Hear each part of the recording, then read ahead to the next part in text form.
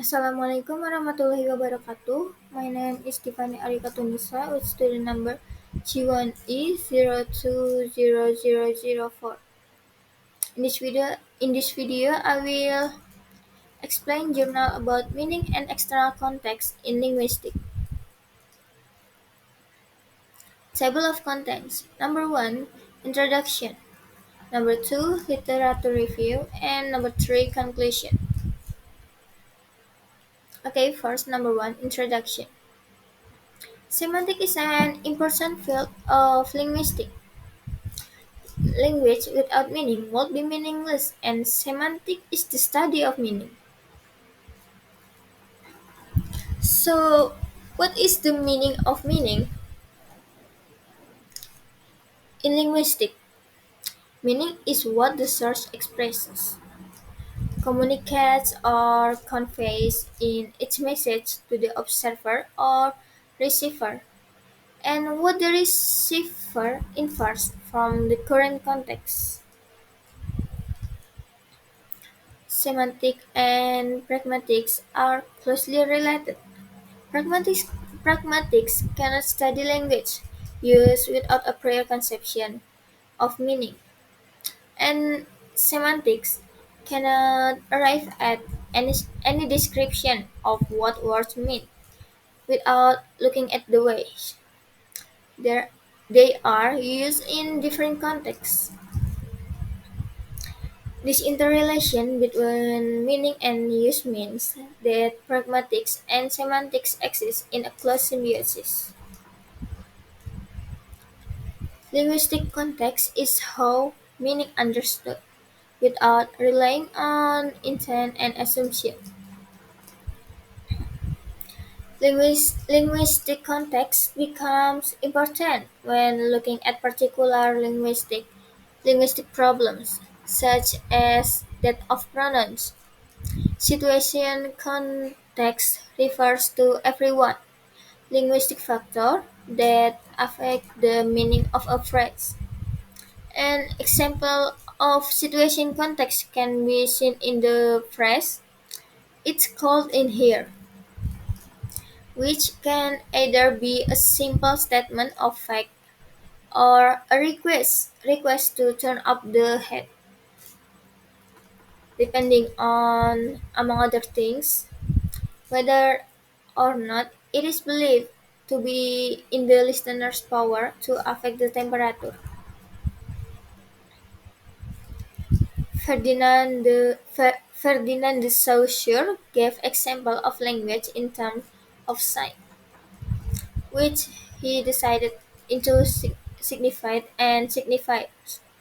The signifier is the perspective side of a sign, to the sound form in case of oral language. The signified is the signification side, the mental construction or image associated with the sound by both speaker and hearer.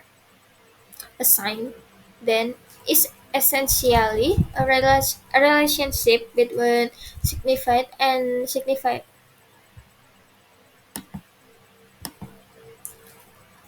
Next, number 2, literature review. Philosophers have debated the question with particular reference to language for well over 2,000 years. No one has yet produced a satisfactory answer to it. The term semantics is of relatively recent origin, being coined in the late 19th century from a Greek verb meaning to signify. A practical manifestation of man's interest in meaning can be seen in the innumerable dictionaries that have been produced throughout the ages, not only in the West, but in all parts of the world. However, modern approach to semantics is that instead of asking what is meaning, we should ask rather a different question. What is the meaning of meaning? We often say that sentence or phrase are or are not meaningful. We do not normally say that words are meaningless. So there is a distinction between being meaningful and having a meaning, as there are contexts in which meaning can be translated. Semantics as an area of linguistic study has not yet presented a comprehensive theory of meaning, but this does not mean that semantic field holds no importance. In fact, very important investigation and discoveries have been made in semantics insofar as linguistics is concerned primarily with the description of language system. Lexical meaning, grammatical meaning, and syntax meaning all fall within the scope of linguistic semantics. In short, semantics as a significant field of linguistics is not to be derived.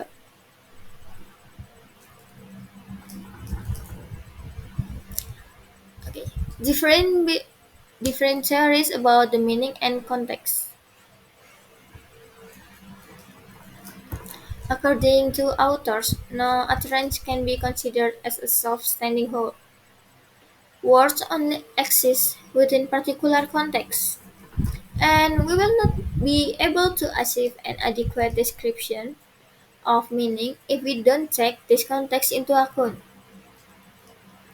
Three things are kept in mind when the meaning and the external context are seen. Number one, scope of an expression meaning. Number two, total effect of an expression. And number three, context in which it occurs. For example, consider the meaning of the English possessive morphem as in 1A and 1B. 1A, Dennis, Dennis teacher got burned. 1B, Dennis Brecht got burned. So 1A, it denotes a relationship like that of the verb teach to its object. 1A means the person who teaches Dennis got burned. In 1B, on the other hand, it denotes a relation of ownership or possession. Dennis brooch got burned means the brooch belonging to Dennis burned.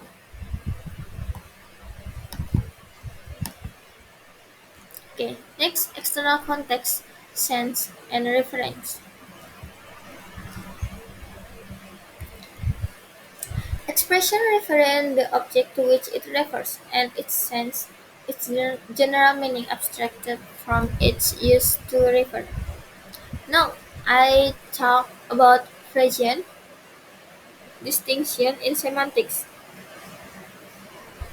Freud had no single term for meaning, in the sense of the knowledge needed to understand a word.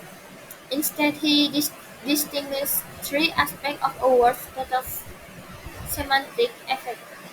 Number one, its force, which covered whether it was a statement or a question. Number two, its tone or coloring, which refers to difference of register and connotation. Number three, its sense.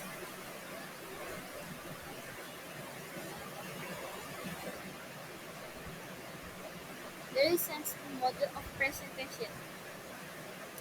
If meaning is no more than what the term refers to, the two pairs of sentences should not differ at all in their cognitive effect.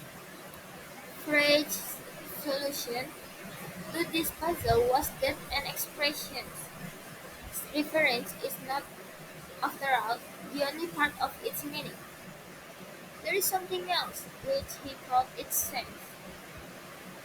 An expression's sense is the way in which we grasp or understand its reference.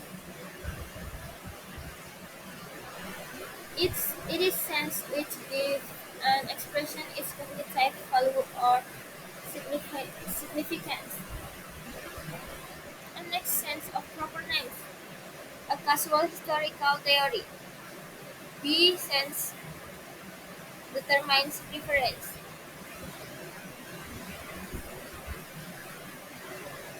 Next is truth, value, and phrase semantic theory.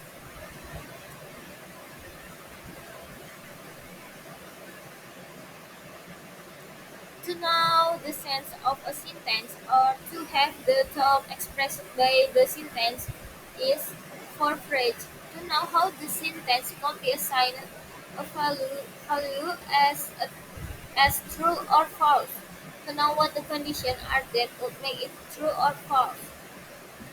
These conditions are known as the sentence truth condition.